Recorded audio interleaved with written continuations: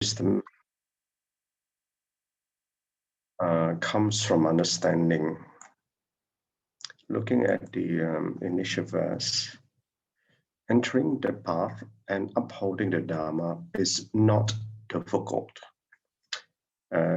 Obviously, I think when in this master's verse, it's not difficult. Obviously, it depends on our efforts, which will come to in her explanation later. What is truly difficult is listening to and accepting the great vehicle teachings.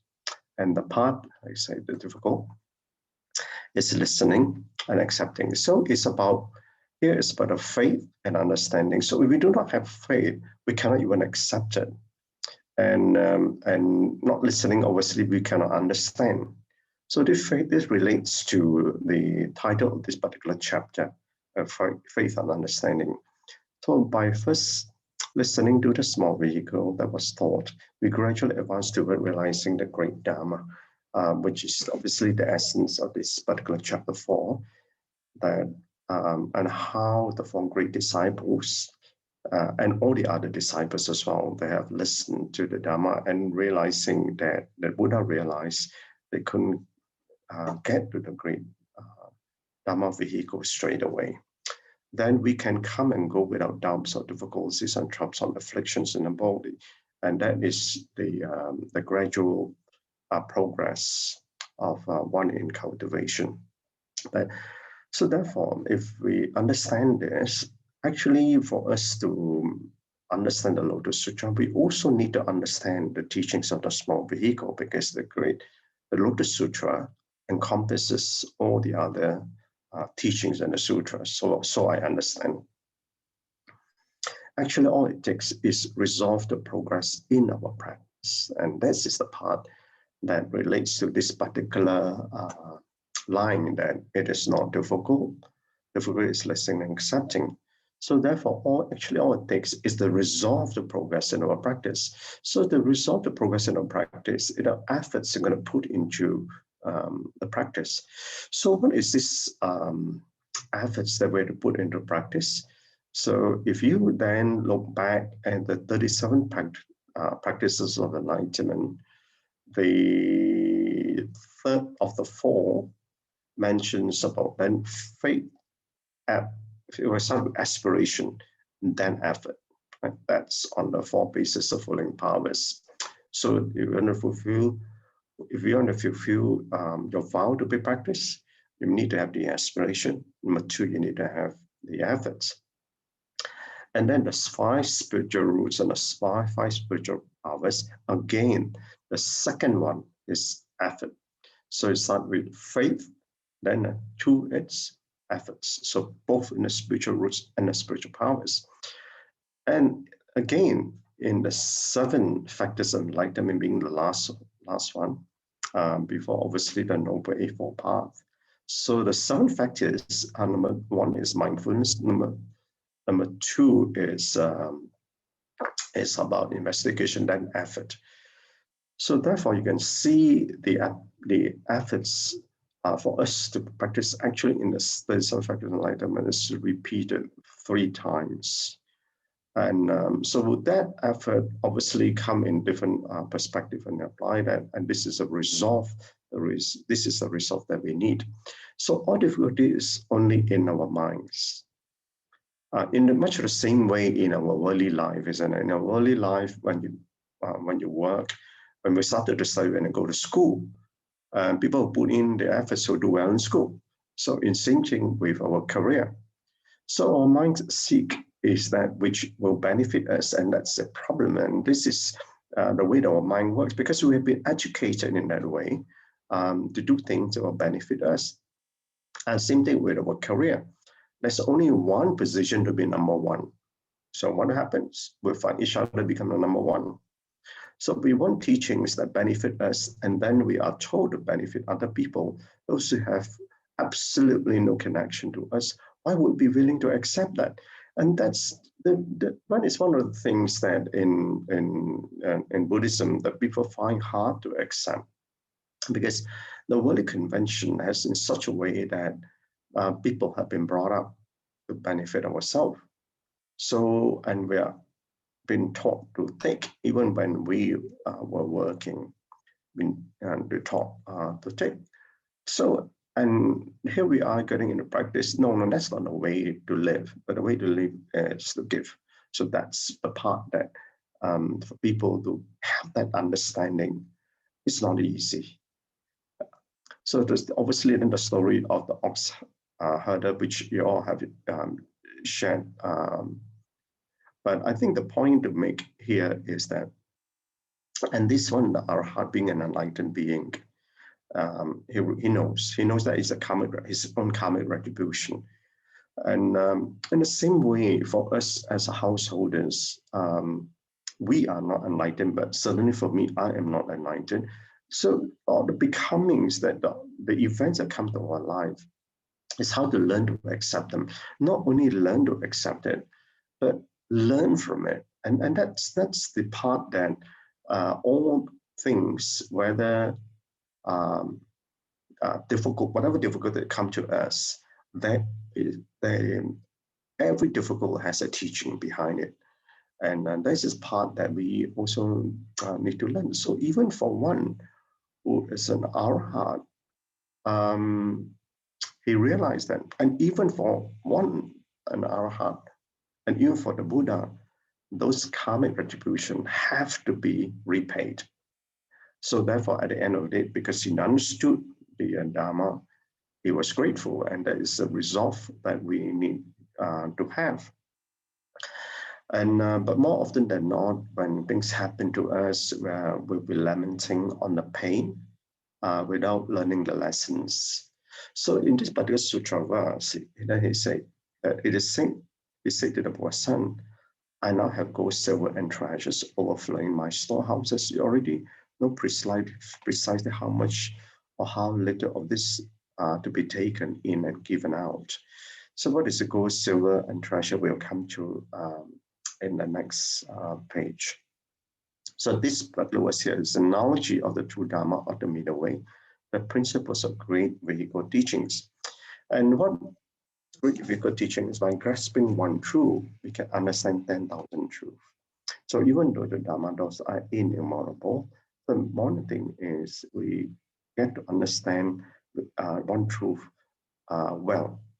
And but like I say, there's a big difference between knowing and understanding from the perspective of an intellectual mind and realizing what truth is from the perspective of the higher consciousness.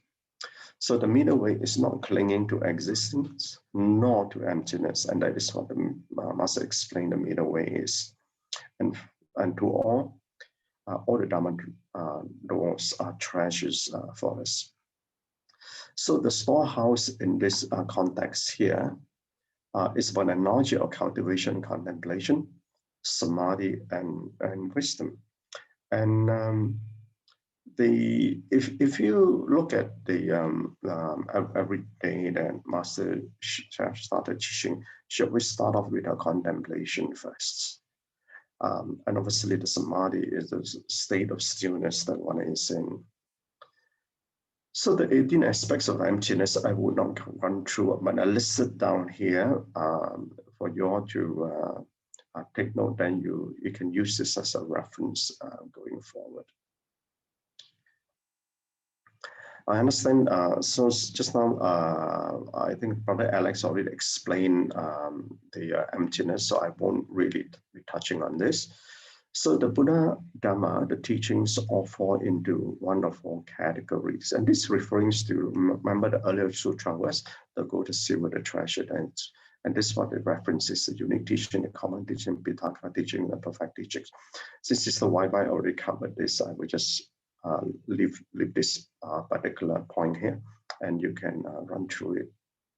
So there are two doors of prajna, and the extensive and the concise. The Great Prajna Paramita Sutra is the extensive one, and then the concise being the Heart Sutra. So the Heart Sutra is the, I think all of you have heard about the Heart Sutra. And I think Brother Alex already explained this, so I won't be touching on this. So the function of our nature is the empty nature, interdependent arising. And I'm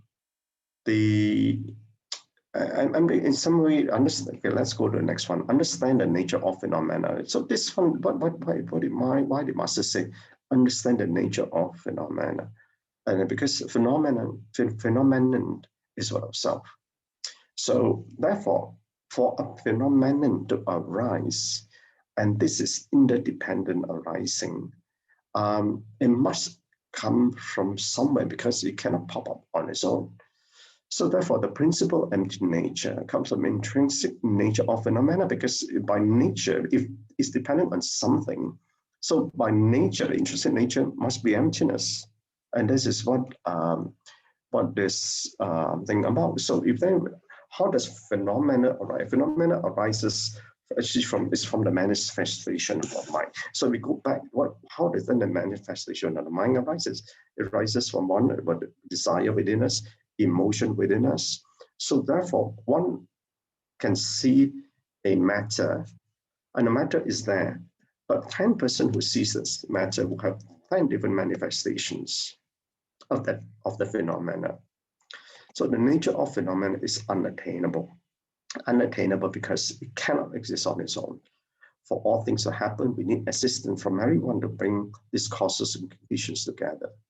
So we must always have this sense of gratitude.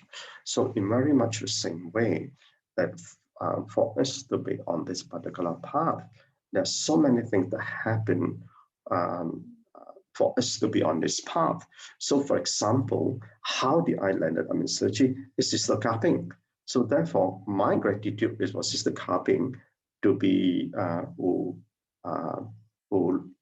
asked me to join this path. Now, why Sister Kaping then? Because before then, about 10 years ago, I got a number of people has been asking me to join Sochi, but I just couldn't because I don't understand Mandarin. I can't speak Mandarin. And I say, look, much that I respect or things that you all do, I can't. But then, so the causes were there, but the conditions weren't there. And then the same day when Sister Kaping asked me to come on and join Sochi, and I said, look, I don't understand Mandarin. And Sister Kaping go to 6 years of primary school in Mandarin. I don't. So you say, oh, there's English group. So the conditions were there. So that causes and condition arise. Then and that's how I landed up in Sochi. But how did then but we arise that I get together every morning to share? And because of the pandemic. But because if the condition, the pandemic condition were not there, then this dependent arising for me to talk to you in the morning wouldn't have a reason. So therefore, the everything that happens, all the becomings will lead to somewhere. But the question is, how do we deal with the condition? How do we then take in those conditions for that wholesomeness to arise, or the unwholesomeness to arise? That is dependent on the thought that we have, and that is about what the Noble Eightfold Path is, having that right understanding. So in contemplation, there is existence behind the emptiness, right? So that's the other flip side to look at it. That if we say that there is emptiness in existence, then same thing, there is existence behind the emptiness then. So to realize the existence, one must abide in emptiness, that of the non-self, which is what the phenomena is, right? And the phenomena is one of non-self. So we need to understand, if you understand that arising of that existence, especially a phenomenon, must then come from our thought. So the non-self is the selfless nature that we understand. If then we understand the non-self nature of the phenomena, then we shouldn't be afflicted by that.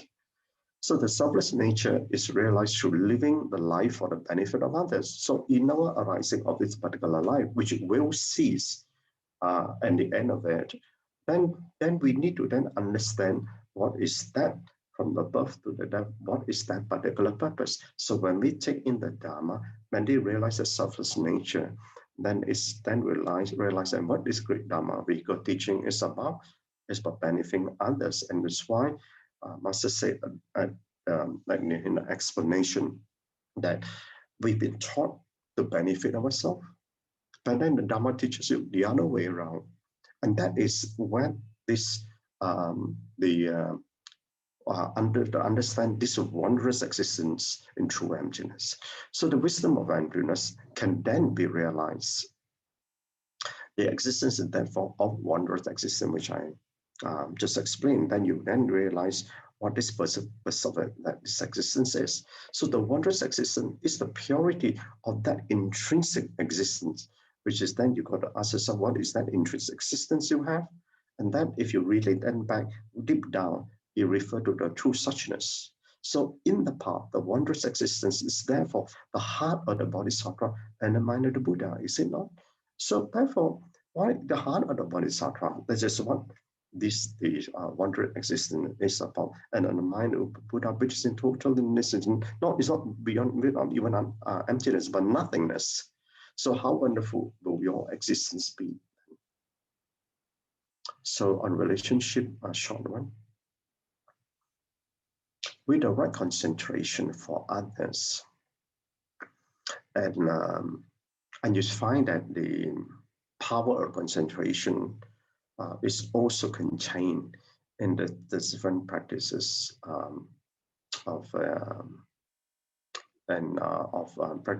some practice of enlightenment. So let the selfless nature in you unfold from the non-self. And we intrinsically really have a nature of true suchness, and the true suchness is actually that of the Buddha nature. But before we enter the Buddha nature, we need to go to the Bodhisattvahood, which is about selflessness and non-self. Then we need to then unfold that which is intrinsic with us, so that we can realize the selfless nature. So if we have that, all the relationships surely that we do, all the relationship that you have, there shouldn't be any conflicts on a relationship. A lot of conflicts of relationship comes from us grasping on the self. But if we then realize the non-self, what conflict is there? Because there's no self to conflict.